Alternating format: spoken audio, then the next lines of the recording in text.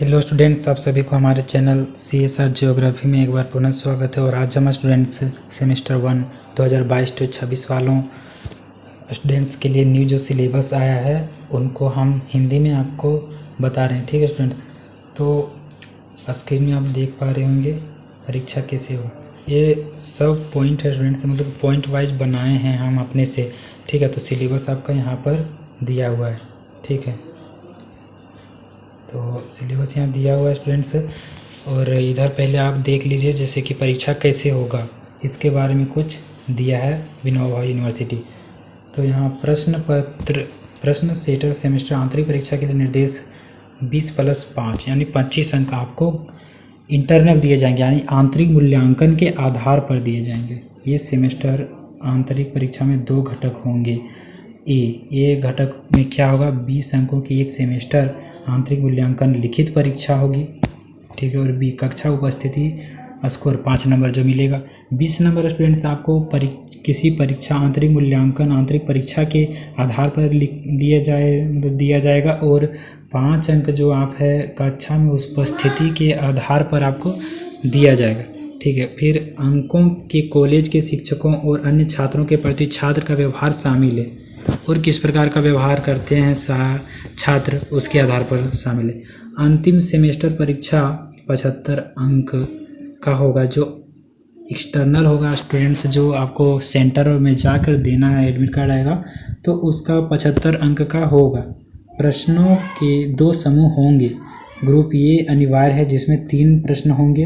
प्रश्न संख्या 1 अति लघु उत्तरीय प्रश्न प्रकार का होगा, जिसमें प्रत्येक 1 अंक के 5 प्रश्न होंगे। प्रत्येक 1 अंक के 5 क्वेश्चन होंगे स्टूडेंट्स, जो 1-1 नंबर के होंगे।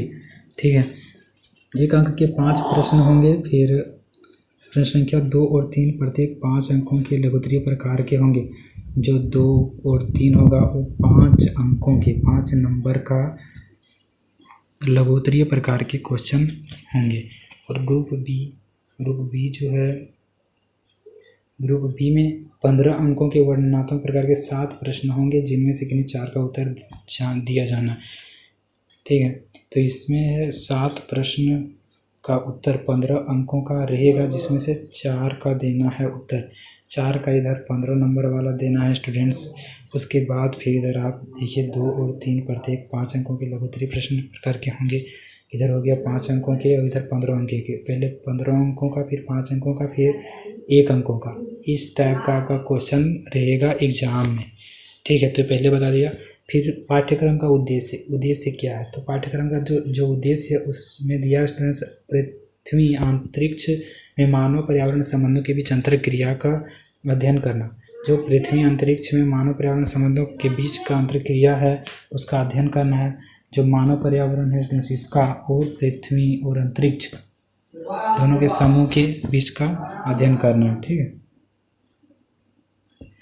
तो ये हो गया स्टूडेंट्स। फिर है भूगोल के मानवीय, पृथ्वी की सतह के भौतिक पहलुओं को समझना। भूगोल के मानवीय और आर्थिक पहलुओं का अध्ययन करना। भूगोल के जो मानवीय और आर्थिक पहलू हैं उनका अध्ययन करना। फिर योग्यता आएंगी, इससे क्या क्या एबिलिटी आपके अंदर डेवलप होगा। तो सीखने के परिणाम क्या होंगे, उस पाठ्यक्रम के सफलता समापन पर छात्र भूगोल को एक अनुशासन के रूप में और पृथ्वी की सतह पर किसी विशेष क्षेत्र की जैव भौतिक और सामाजिक आर्थिक प्रक्रियाओं को समूहों में समझने में सक्षम होंगे। जो जैव भौतिक और सामाजिक आर्थिक प्रक्रिया हैं पृथ्वी की सतह पर जो होती हैं उनको समझने में आपको आसानी होगी। ठीक है, उसके समझने लायक हो जाएंगे। और देखते हैं स्टूडेंट सिलेबस आपको यहाँ पर देख पा रहे होंगे। Syllabus module 1, module 2, module 3, module 3 तक आपको यहाँ पर दिया गया है। ठीक है, तो मॉड्यूल 1 में दिया जो भूगोल का अर्थ है, प्रकृति विषय और भूगोल का दायरा, विज्ञान के वर्गीकरण में भूगोल का स्थान, एक विषय के रूप में भूगोल का विकास, मनुष्य पर्यावरण संबंध, मनुष्य और पर्यावरण के बीच संबंध, जो आप पढ़े होंगे शायद नहीं पढ़े ही होंगे, 12th में पढ़े होंगे, पर्यावरणीय निश्चयवाद वगैरह, तो उसके बारे में भी कुछ है। मानचित्र, पैमाने और आरेखों का महत्व, ये तो आपका प्रैक्टिकल टाइप का हो गया बट रहेगा। ठीक है, मानचित्र पर स्थानों और स्थानों के बीच की दूरी, खोजने के तरीके, रिमोट सेंसिंग, GIS GPS, भूगोल में कैरियर है, क्या क्या बन सकते हैं उसके बारे में भी आपको पढ़ना होगा। मॉड्यूल 2 पृथ्वी की उत्पत्ति बिग बैंग सिद्धांत, इसके बारे में आप 11th में पढ़ चुके होंगे। पृथ्वी की सामग्री, चट्टानें, भू-आकृतियाँ, महाद्वीप, महासागर, पर्वत, पठार, मैदान, झील, भूकंप, ज्वालामुखी, वातावरण की संरचना और संगठन और संरचना होना चाहिए। ठीक है, तो फिर चक्रवात का प्रभाव और शमन, उष्णकटिबंधीय और समशीतोष्ण मानसूनी हवाएं, महासागरीय धाराएं, हिंद महासागर और अटलांटिक महासागर, ज्वार। तो ये आपको मॉड्यूल 2 में पढ़ना है। और आप 3 में क्या पढ़ेंगे स्टूडेंट्स, तो यहाँ दिया है पृथ्वी और उसका जीवन। पृथ्वी का जीवन और पृथ्वी के बारे में पढ़ना और उसके जीवन के बारे में, पृथ्वी कब तक रहेगी, कब से उत्पत्ति हुई इसकी, उसके बारे में।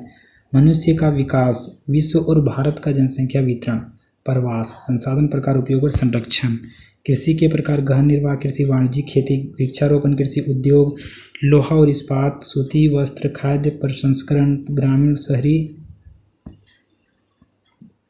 और शहरी बस्तियों की समस्याएं, भारत और झारखंड के पर्यटन स्थल। तो झारखंड और भारत के पर्यटन स्थल कौन कौन से हैं, तो उसके बारे में पढ़ना है। तो यहाँ आप देख पा रहे हैं स्टूडेंट्स कौन कौन से पुस्तक को आपको पढ़ना है जिसमें से आप इतना कवर कर पाएंगे।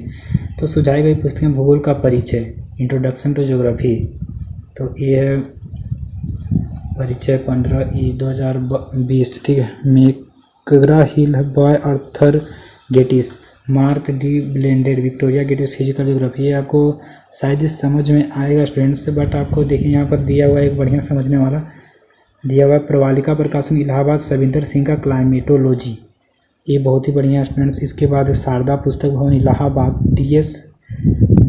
लाल हुमन भूगोल द्वारा रावत प्रकाशन, ये भी ठीक है।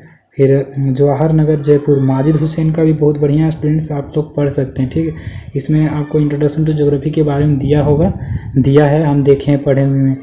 ठीक है, और सविंदर सिंह वाला भी।